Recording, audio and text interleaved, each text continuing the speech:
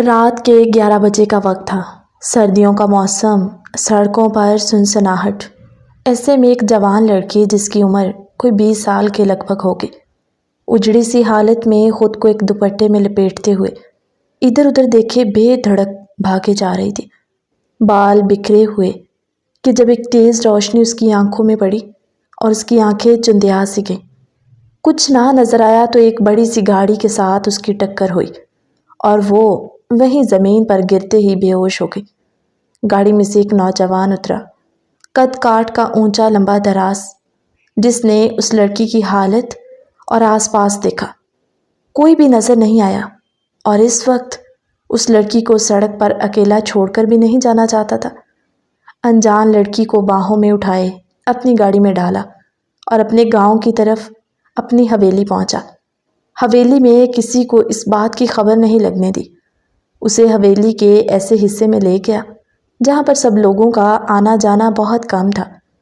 نہ چاہتے ہوئے بھی اس نے اس لڑکی کو اپنی قید میں رکھ لیا۔ زمین پر پڑے ایک میٹرس کے اوپر اس لڑکی کو لٹا کر سوچنے لگا، آخر یہ لڑکی کون ہو سکتی ہے؟ اور رات کے اس وقت یقیناً اپنے کسی عاشق کے ساتھ ملنے کے لیے گھر سے نکلی ہوگی یا گھر سے بھاگی ہوگی۔ عاشق نہیں پہنچا تو پھر اب سڑکوں پر دھکے کھا رہی تھی۔ چلو ایسی لڑکیوں کے ساتھ ایسا ہی ہونا چاہیے۔ وہ اس وقت روڈ سے انداز میں خود کلامی کر رہا تھا، اس بات سے انجان کہ آنے والے وقت میں وہ اسی لڑکی کے عشق میں مبتلا ہونے والا ہے۔ سڑک پر گرنے سے الشبا کا ماتھا زمین سے ٹکرانے کی وجہ سے زخمی سا ہوا۔ علی نے اس کے ماتھے کو ایک کپڑے کی مدد سے صاف کیا اور اسی کا دوپٹہ پھاڑ کر اس کے ماتھے پر باندھ دیا۔ چہرے کو بغور دیکھتا، ابھی اس کے دل میں اس کے لیے کوئی ایسے جذبات نہیں تھے۔ اس کو وہاں چھوڑ کر حویلی کے مین دروازے سے گھر میں داخل ہوا۔ اس کی والدہ جو ہمیشہ اس کی منتظر رہتی، بے شک وہ رات کے 2 بجے بھی آتا تو اسے اپنی والدہ نیند سے بیدار ہی ملتی۔ نسرین بیگم جلدی سے اٹھ کر کھڑی ہوئی، کہنے لگی، علی کتنی بار کہا ہے بیٹا جلدی آ جایا کرو، تمہیں پتہ ہے نا جب تک تم گھر نہیں آ جاتے تمہاری ماں کی آنکھوں میں نیند نہیں آتی، میری جان اٹکی رہتی ہے تمہارے اندر ہر وقت، ایک تم ہی تو ہو میرا آسرا۔ علی نے آگے بڑھ کے اپنی ماں کو ساتھ لگایا، ان کے ماتھے پہ چوما، کہنے لگا، امی جان پتہ ہے نا میں بلا وجہ گھر سے دور نہیں ہوتا، میں جانتا ہوں میری ماں پریشان ہوتی ہے اور مجھے فکر اس لیے نہیں ہوتی کیونکہ آپ کی دعائیں جو ہوتی ہیں میرے ساتھ۔ وہ باتیں کرتے ہوئے ڈائننگ ایریا میں پہنچے جہاں نسرین بیگم نے کھانا لگوایا۔ وہ کھانا کھا رہا تھا اور ذہن میں الشبا تھی کہ وہ بھی بھوکی ہوگی۔ کہنے لگا، امی جان آپ سو جایا کریں، مجھے اچھا نہیں لگتا، آپ کی نیند خراب ہوتی ہے، پھر آپ کی طبیعت خراب ہو جاتی ہے۔ وہ محبت سے علی کی طرف دیکھ کر کہنے لگی، کبھی ایسا ہوا ہے تمہارے گھر آنے سے پہلے میں سو جاؤں؟ خیر وہ کھانا کھاتے ہوئے اپنی ماں کو شب بخیر کہتا اپنے کمرے میں چلا گیا کیونکہ رات کافی ہو چکی تھی اور باقی گھر والے تو سب سو چکے تھے۔ بیڈ پر لیٹا اپنے ماتھے پر بازو رکھے ہوئے آنکھیں بند کیے بار بار اسی لڑکی کے بارے میں سوچ رہا تھا، نہ جانے کون ہوگی، کیا مجھے اسے اٹھا کر یوں حویلی میں لے کر آنا چاہیے تھا؟ ایک بار وہ ہڑبڑاہٹ میں بیڈ سے اٹھ کر بیٹھا اور سوچنے لگا کہ میں ایک بار اسے دیکھ کر ضرور آؤں، اور اسے بھوک بھی تو لگی ہوگی۔ وہ دبے قدموں سے کچن میں گیا تاکہ کسی کو پتہ نہ چل سکے کچن کی چیزوں سے انجان کہ کون سی چیز کہاں ہوگی۔ خیر وہ کھانا لیے حویلی کے خفیہ راستے سے اس کمرے تک پہنچا، جا کے دیکھا وہ درد سے جیسے کرا رہی ہو۔ اس کے منہ پر وہ پٹی باندھ کر آیا تھا جس کا اب اسے شدت کے ساتھ افسوس ہوا۔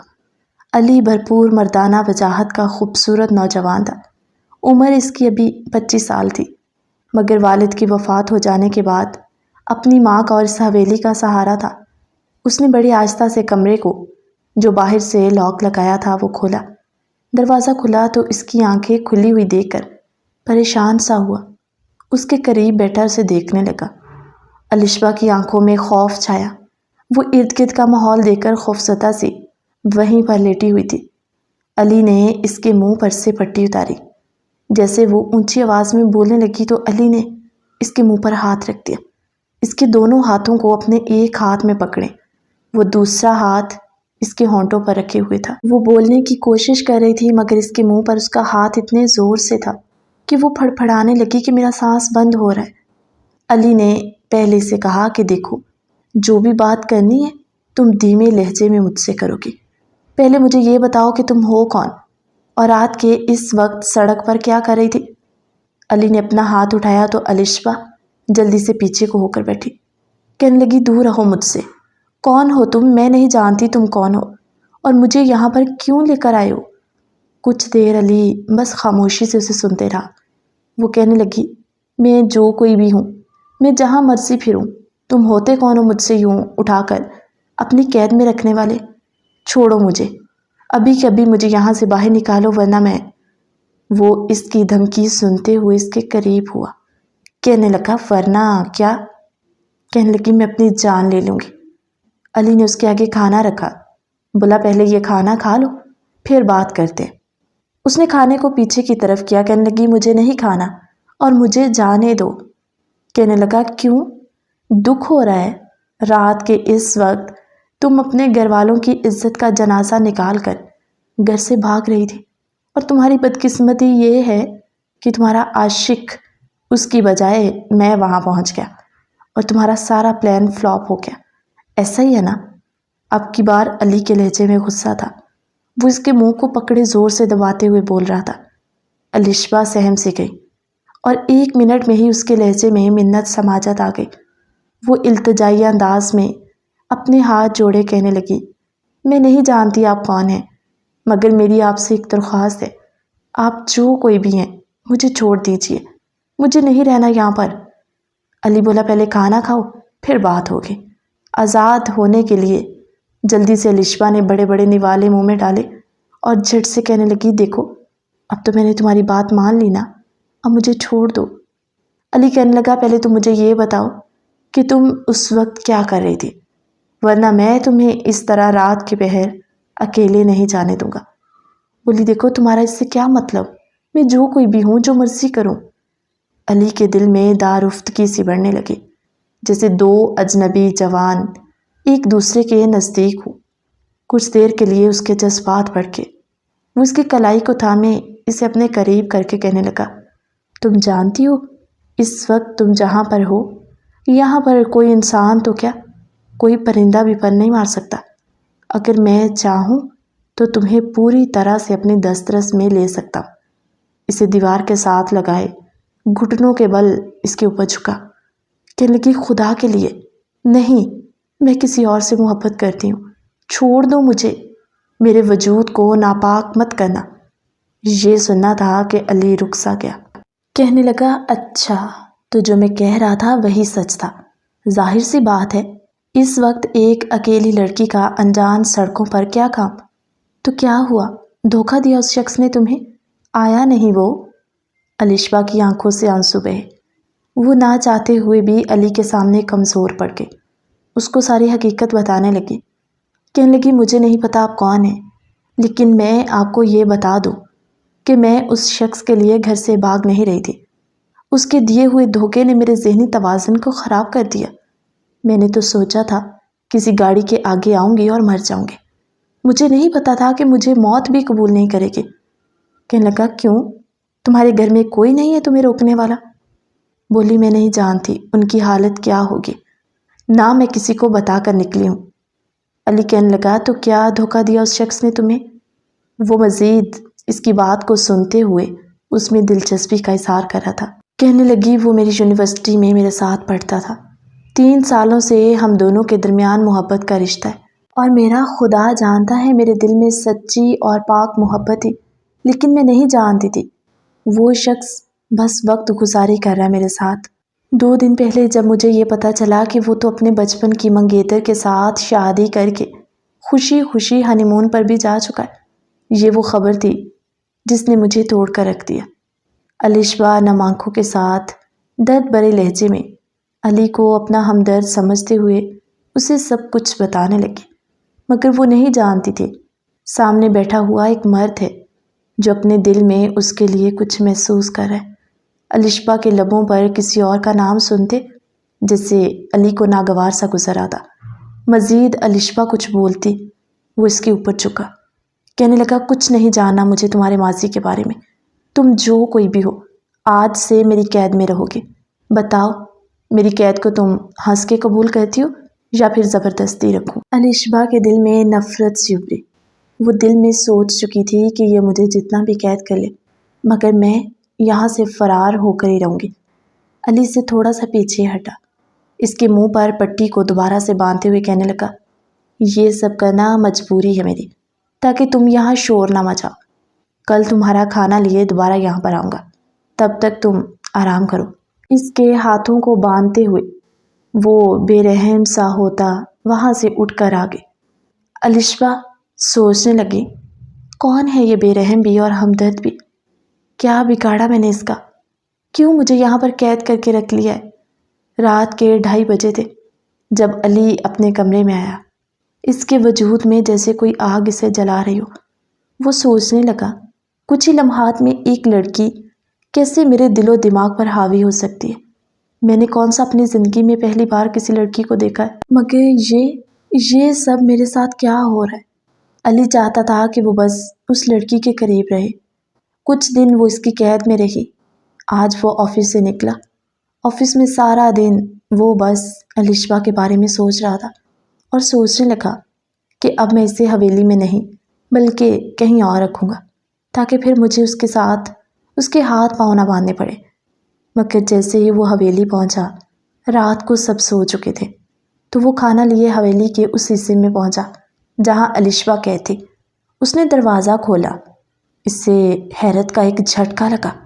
جس کمرے میں الشبا کو قید کیا تھا وہ کمرہ بالکل خالی تھا۔ اس نے ہڑبڑاہٹ میں کھانا ایک سائڈ پہ رکھا، جلدی سے ادھر ادھر دیکھنے لگا کہ دروازہ تو باہر سے بند تھا، پھر یہ لڑکی کہاں غائب ہو سکتی ہے؟ کہیں حویلی میں کسی کو پتہ تو نہیں چل گیا؟ وہ اپنے دماغ سے آنے والے خیالوں کو جھٹکتا جلدی سے کمرے سے باہر نکلا، ارد گرد کا جائزہ لینے لگا مگر اس سے کوئی سراغ نہ ملا۔ الشبا جو وہیں پر ٹوٹے ہوئے سامان کے پیچھے چھپ کر بیٹھی سارا منظر دیکھ رہی تھی۔ علی کی ہڑبڑاہٹ، اس کی بے چینی کو دیکھ کر الشبا پریشان ہونے لگی کہ نہ جانے وہ میرا کیا حال کرے گا۔ وہ خوف سے کانپ رہی تھی کہ جب اس کا پاؤں پھسلا اور چیزیں ہلی، علی فوراً سے اس طرف ہلکے قدموں کے ساتھ بڑھنے لگا۔ الشبا اسے اپنی طرف بڑھتا دیکھ کر وہاں سمٹ کر بیٹھی، خوف سے کانپ رہی تھی۔ علی نے اس کو دیکھا تو ایک ہی جست میں اس کے قریب ہوا، اس کو پکڑا، باہر نکالا۔ کچھ پل کے لیے علی نے اس پر غصہ نہیں کیا بلکہ اسے اپنی باہوں میں سمیٹے اپنے سینے میں بھینچ کے کہنے لگا، وہاں کیوں چھپ کر بیٹھی تھی؟ جانتی ہو میری تو جان نکل گئی تھی، تمہیں کھونے کا سوچ کر کس طرح کے خیال میرے دل میں آ رہے تھے۔ یہ سوچ کے تو میرا دل بالکل بند ہونے والا تھا کہ میں تمہیں کہاں ڈھونڈوں گا، کیونکہ میں تم سے بہت محبت کرنے لگا ہوں۔ مجھے نہیں فرق پڑتا تمہارا ماضی کیا ہے، تم کون ہو، کس خاندان کی ہو، بس جب سے تم میرے قریب آئی ہو میرا کسی اور کام میں دھیان ہی نہیں رہتا۔ وہ بے دہانی میں اپنے دل کے جذبات سارے اس کے آگے کھولنے لگا، آنکھیں بند کیے، اس کے کندھے پر سر رکھے، اس کے وجود سے سکون کو محسوس کرتا، اپنے دل کے سارے جذبات اس کے آگے کھول کر رکھا۔ الشبا نے علی کو تھوڑا سا پیچھے کیا اور کہنے لگی، پلیز۔ علی ہوش کی دنیا میں آتے ہی جو کچھ دیر پہلے محبت کے اظہار کر رہا تھا، ابھی جب الشبا نے کہا کہ ایک نہ ایک دن میں سچ میں تمہاری قید سے فرار ہو جاؤں گی، اس طرح زبردستی محبت حاصل نہیں کی جاتی، علی اس بات کو برداشت نہ کر پایا اور ایک زوردار تھپڑ اس نے الشبا کے منہ پر مار دیا۔ تھپڑ کی شدت سے وہ فرش پر گری، اس کے چہرے پر علی کی انگلیوں کی چھاپ ایسی چھپی کہ کئی دنوں تک اس کا چہرہ وہاں سے سرخ رہا۔ مگر پھر علی اپنے ہاتھ کو 10 دفعہ دیوار میں مار کر کہنے لگا، یہ مجھ سے کیا ہو گیا، میں کیسے اسے نقصان پہنچا سکتا ہوں؟ خیر وہ راحت کے پہر الشبا کو لیے حویلی سے نکلا، اسے اپنے فارم ہاؤس پر لے گیا جہاں پر کوئی بھی نہیں ہوتا تھا۔ وہاں پر لے جا کر کہنے لگا، آج سے تم یہاں رہو گی، تم پر کوئی جبر نہیں، نہ تمہارے ہاتھ منہ باندھے جائیں گے، تم یہاں پر اکیلی ہوگی، اور دیکھو بھاگنے کی، فرار ہونے کی کوشش کرو گی بھی تو ناکام رہو گی، کیونکہ یہاں سے نکلنے کا کوئی راستہ نہیں، بس میں آؤں گا تمہارے پاس اور کوئی نہیں۔ الشبا رونے لگی، اس کے پاؤں پڑ گئی، کہنے لگی اتنے دنوں سے آپ نے مجھے کیوں اپنی قید میں رکھا ہوا ہے؟ چھوڑ دیجئے میری جان کو۔ ٹھیک ہے، تمہیں اس قید کے رشتے سے نفرت ہے تو اس رشتے کو ایک نام بھی دے دیتے ہیں۔ الشبا کے چہرے پر حیرت زدہ آثار نمودار ہوئے۔ وہ اس کی طرف بڑھتا گیا اور وہ الٹے قدم پیچھے کو چل رہی تھی۔ دیوار کے سہا لگاتے کہنے لگا، اب تم میری قید سے آزاد ہونے کا کبھی سوچنا بھی مت۔ اس کی گردن پر جھکنے لگا۔ جب اس کے ہونٹوں پر الشبا نے اپنا ہاتھ رکھ دیا، وہ سمجھ گیا کہ وہ ابھی سب کے لیے تیار نہیں، اور ظاہر سی بات ہے ان دونوں کے درمیان ایسا کوئی تعلق بھی تو نہیں تھا۔ شام کو وہ ایک خوبصورت سا جوڑا اس کی میچنگ جیولری، مولوی صاحب اور گواہان کا انتظام کرتے فارم ہاؤس پر پہنچا۔ کمرے میں گیا، الشبا کو وہ جوڑا دیا اور کہنے لگا یہ پہنو۔ وہ اس جوڑے کو دیکھ کر سمجھ چکی تھی۔ کہنے لگی یہ دلہن والا جوڑا میں کیوں پہنوں؟ بولا کیونکہ تم میری دلہن بنو گی اور میں تم سے نکاح کروں گا۔ اس نے وہ سوٹ پکڑا اور اس کو مروڑتی ہوئے زمین پر پٹخا۔ کہنے لگی تم سوچ بھی کیسے سکتے ہو کہ میں تم سے نکاح کروں؟ مر تو جاؤں گی مسٹر علی، لیکن میں تم سے نکاح نہیں کروں گی۔ کہنے لگا ٹھیک ہے، تم تیار نہیں ہوگی تو میں خود تمہیں یہ پہنا دوں گا۔ اس نے اس کے دوپٹے کو کھینچا اور بیڈ پر پھینکا۔ اپنے سینے پر اپنے بازوؤں کو رکھتے ہوئے کہنے لگی یہ کیا بےہودگی ہے؟ میں نہیں کرنا چاہتی تم سے نکاح، چھوڑ دو مجھے، بخش دو میری جان کو۔ بولا چھوڑ ہی تو نہیں سکتا، دیکھ لو خود دلہن بنو گی یا پھر میں تمہیں بناؤں۔ الشبا کی آنکھوں سے آنسو ٹپک رہے تھے اور اس سے آج اپنی غلطی کا شدت سے احساس ہوا۔ جب وہ گھر سے نکلی وہ اس وقت طلال کو یاد کر کے بہت روئی۔ کہنے لگی طلال کیا بگاڑا تھا میں نے تمہارا؟ سچی محبت کی۔ اگر تم مجھ سے محبت نہیں کرتے تھے تو پھر وہ وعدے قسمیں کیوں کھائیں تھی؟ اس نے اپنی آنکھوں سے آنسو صاف کیے اور کہنے لگی کوئی فائدہ نہیں تمہیں اس انسان کے لیے رونے کا، اور ویسے بھی اب میں صرف ایک زندہ لاش کے علاوہ کچھ نہیں۔ علی مجھ سے نکاح کرے یا نہ کرے مجھے کوئی فرق نہیں پڑتا۔ وہ جوڑا پہنے کمرے میں بیٹھی تھی۔ علی کمرے میں آیا اور محبت کے ساتھ اسے دیکھتے ہوئے کہنے لگا یہ کیا دلہن ایسی ہوتی ہے؟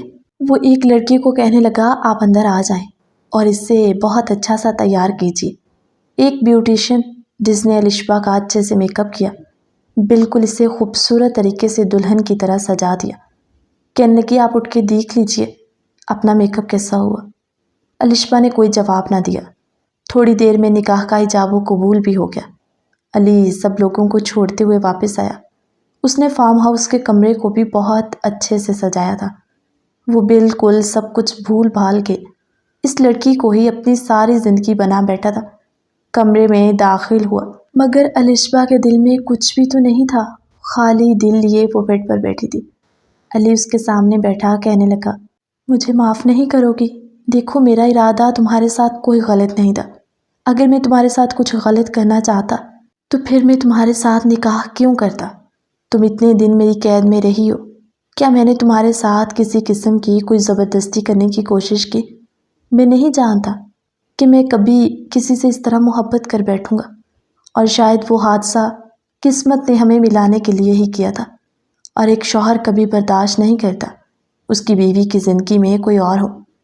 اگر جب وہ لڑکا تمہارے ساتھ مخلص نہیں تھا تو تم اس کی یادوں کو اپنے دل سے نکال پھینکو۔ اس بات پر الشبا بولی، کہنے لگی میرے دل میں کچھ ہے بھی نہیں، میرا دل بالکل خالی ہے، اور جو حرکت آپ نے میرے ساتھ کی ہے اس کے لیے میں کبھی آپ کو معاف نہیں کروں گی۔ احسان کرنے کا مطلب، جان بچانے کا مطلب یہ تو نہیں کہ آپ میری زندگی پر مسلط ہو جائیں، مجھ پر قابض ہو جائیں، لیکن نہیں، ایک مرد اپنا زور دکھا کر عورت کو حاصل کر ہی لیتا ہے، پھر وہ چاہے اس کا جسم ہو، کچھ بھی ہو۔ آپ کو میرا جسم چاہیے، لے لیجئے، مگر میرے دل تک کبھی آپ کو رسائی نہیں ملے گی۔ علی کہنے لگا اتنا برا سوچتی ہو میرے بارے میں؟ تو ٹھیک ہے، میں تم سے آج وعدہ کرتا ہوں۔ الشبا کے ہاتھوں کو مضبوطی سے تھامتے ہوئے بولا، کہنے لگا میں بھی تمہارے قریب تب تک نہیں آؤں گا جب تک تم خود میری قربت پانے کے لیے تڑپو کہ نہیں، میں اس بات کو غلط ثابت کر دوں گا کہ مجھے تمہارے جسم سے محبت ہوئی۔ میں تمہارے جسم کو حاصل کر چکا ہوتا۔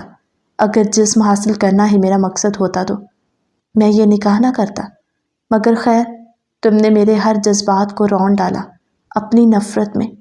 ٹھیک ہے، تم اپنا لباس تبدیل کر کے سو جاؤ، میری طرف سے تمہیں کوئی شکایت نہیں ہوگی۔ تمہارے چند جوڑے لا کر میں نے الماری میں رکھوا دیے تھے، باقی کچھ دنوں تک میں تمہیں شاپنگ پر لے جاؤں گا۔ اپنی ضرورت کی جو بھی چیزیں ہوئیں وہ لے آنا۔ الشبا بس حیرت زدہ پھیلی ہوئی آنکھوں کے ساتھ علی کو سن رہی تھی اور اس کے چہرے کی طرف دیکھ رہی تھی۔ پھر اس نے سوچا، اچھی بات ہے، میرے قریب نہیں آئے گا، ویسے بھی میں کون سا اس کی قربت پانے کے لیے تڑپ رہی ہوں۔ زبردستی کے رشتے ایسے ہی ہوتے۔ وہ اپنے گھر والوں کو یاد کرتے ہوئے تھوڑی ابتیتا سی ہوئی، مگر اٹھ کر اپنا لباس تبدیل کرتے ہوئے آ کر بیڈ پر ایک سائڈ پر لیٹ گئے۔ بیڈ کے ایک کونے میں علی اپنے دل میں اٹھتے طوفانوں کو مدھم کرتے، اپنے جذباتوں میں لگی آگ پر پانی ڈال کر انہیں بجھاتے ہوئے خود کو یہ بات سمجھا چکا تھا کہ وہ الشبا کے ساتھ کسی بھی قسم کا زبردستی تعلق نہیں بنائے گا۔ وہ سیدھا لیٹا آنکھیں بند کیے ہوئے کمرے کی لائٹ آف کر گیا۔ کچھ دیر بعد الشبا شاید سو چکی تھی۔ اتنے دنوں بعد وہ اس آرام دہ بستر پر جو آئی تھی۔ علی کی آنکھوں میں نیند کا نام و نشان دور دور تک نہ تھا۔ الشبا نے سوتے ہوئے کروٹ لی اور علی کے بے حد قریب آ چکی تھی۔ علی کی دھڑکنوں میں اٹھنے والا طوفان اب شاید تھمنے والا نہیں تھا۔ وہ اسے خود سے تھوڑا سا دور کرنے لگا مگر اسے خود سے دور نہ کر پایا۔ جب اگلی دفعہ الشبا کا بازو علی کے سینے پر آ کر گرا، وہ بالکل اپنا سانس روک گیا اور کہنے لگا، یہ کیسا امتحان ہے، بیوی ہے وہ میری، چاہوں تو قریب آ سکتا ہوں اس کے، وہ کون سا مجھے روک سکتی ہے۔ اس نے اپنی کروٹ الشبا کی طرف لی، ان دونوں کے بیچ فاصلہ نہ ہونے کے برابر تھا۔ اس نے اس کے چہرے پر اپنے ہاتھوں کی انگلیوں کے ساتھ اپنے لمس کو بکھیرنا شروع کیا، اس کے ہونٹوں کو اپنے ہاتھ سے رب سا کرتے اس کا جی مچلنے لگا۔ کمر پر ہاتھ رکھے اس نے اپنے دونوں کے بیچ موجود فاصلے کو ختم کرتے ہوئے اسے اپنے بے حد قریب کرتے اس کے ڈیپ گلے سے اس کے سینے کی رعنائیاں ظاہر ہونے لگی۔ اب علی بے قابو ہوا اور ایک ہی جھٹکے میں اس کے اوپر آیا۔ الشبا کی آنکھیں کھلیں اور جلدی سے پیچھے کو ہوئی، مگر علی کے جذبات فل بھڑک گئے تھے۔ کہنے لگی، آپ نے کچھ ہی دیر پہلے مجھ سے جو وعدہ کیا ہے بھول گئے اسے؟ وہ اس کی کمر پر ہاتھ رکھے اسے اپنے سینے پر گراتے کہنے لگا، تو کس نے کہا تھا میرے یوں قریب آؤ؟ جوان ہوں اور پھر سوتے ہوئے تمہارا آدھا جسم عیاں ہو رہا تھا، تو پھر کیسے میں اپنے جذبات کو قابو میں رکھوں؟ کہنے لگی، وہ میرا مسئلہ نہیں ہے، اگر آپ کو میرے سونے پر اعتراض ہے تو بتا دیجئے، میں دوسرے کمرے میں سو جایا کروں گی، مگر آپ میرے قریب نہیں آئیں گے۔ وہ اس کے جاگتے ہوئے جذباتوں پر پانی پھیر گئی۔ علی ان سب باتوں سے انجان تھا کہ الشبا کون ہے۔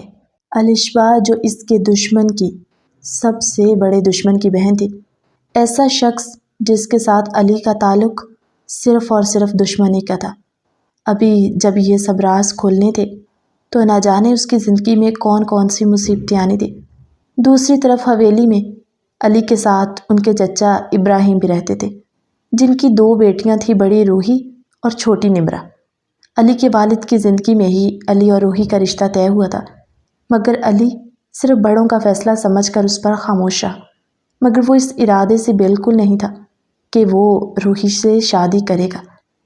مگر ادھر روحی کی چھوٹی بہن نمرہ جو دل ہی دل میں علی سے بے پناہ محبت کرنے لگی۔ ایک گھر میں رہتے ہوئے اس نے کبھی اپنے دل کے راز کو کسی پر آشکار نہ ہونے دیا، صرف اس لیے کہ علی اس کی بہن کا منگیتر اور وہ اپنی بہن کی خوشیوں کا گلا خود کیسے گھونٹ سکتی ہے۔ حویلی میں سب لوگ اب اس بات پر بات کر رہے تھے کہ علی بھی ماشاءاللہ سے اب بزنس کو لے کر بہت اچھے سے چل رہا ہے، اور دوسری طرف روحی کی پڑھائی بھی تو مکمل ہو گئی ہے۔ تو روحی کی والدہ علی کی چچی نجمہ بیگم کہنے لگی، نسرین باجی، میں چاہتی ہوں کہ ہم اپنے بچوں کو اب شادی کے بندھن میں باندھیں۔ جب اب کوئی وجہ نہیں ہے تو کیوں ان دونوں کو مزید انتظار کروانا؟ روحی کے چہرے پر شرماہٹ سی آئی۔ نمرا کا دل دھک سے رہ گیا۔ اس کے دل میں کچھ غلط نہیں تھا، بس محبت پر اختیار کس کا ہوتا ہے؟ وہ سب اس بات سے انجان کہ علی جو پہلے ہی نکاح کر چکا ہے۔ خیر علی حویلی آیا تو اس پر یہ بات عیاں ہوئی کہ اس کی اور روحی کی شادی کی تیاریاں شروع ہوئیں۔ حویلی میں اس نے سوچا تھا کہ وہ سب کو سچ بتا دے گا، مگر موقع ہی نہیں مل رہا تھا۔ دوسری طرف الشبہ جو اکیلے فارم ہاؤس پر ہلکی سی دھوپ میں بیٹھی خیالوں کی دنیا میں کھوئی ہوئی، دھوپ سے اس کا چہرہ سرخ سا ہو رہا تھا۔ وہ اپنے ماضی میں اتنی گم تھی، سوچنے لگی جو طلال نے میرے ساتھ کیا وہ اس قابل ہے کہ میں اس کا روگ ساری زندگی اپنے دل میں بسائے رکھوں؟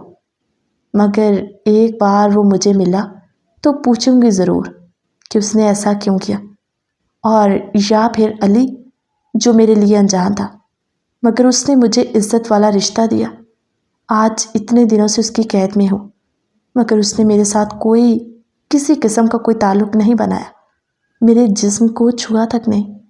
اب جب کہ نکاح کر کے وہ مجھ پر پورا حق بھی رکھتا ہے، پھر بھی اس نے زبردستی میرے جذبات کو روندا نہیں۔ وہ خود میں سوچنے لگی کہ جیسے بھی ہوا مگر آج میں علی کے خود قریب جاؤں گی، مزید اس کے صبر کا امتحان نہیں بنوں گی۔ شام کو علی کے واپس آنے سے پہلے الشبہ بہت اچھے سے تیار ہوئی۔ آج اس نے خود کھانا بھی بنایا۔ سرخ ساڑی پہنے وہ قیامت لگ رہی تھی۔ علی فارم ہاؤس میں داخل ہوا تو الشبہ آج پہلی بار اس کے استقبال کے لیے دروازے پر آئی۔ اسے سجا سمرا دیکھ کر علی نے نظروں کا رخ پھیر لیا۔ الشبہ کو حیرت ہوئی مگر علی نے جو کہا وہ سن کر تڑپ کر بولی۔ اس کہانی کا اگلا پارٹ ہماری نیکسٹ ویڈیو میں، تب تک کے لیے اللہ حافظ۔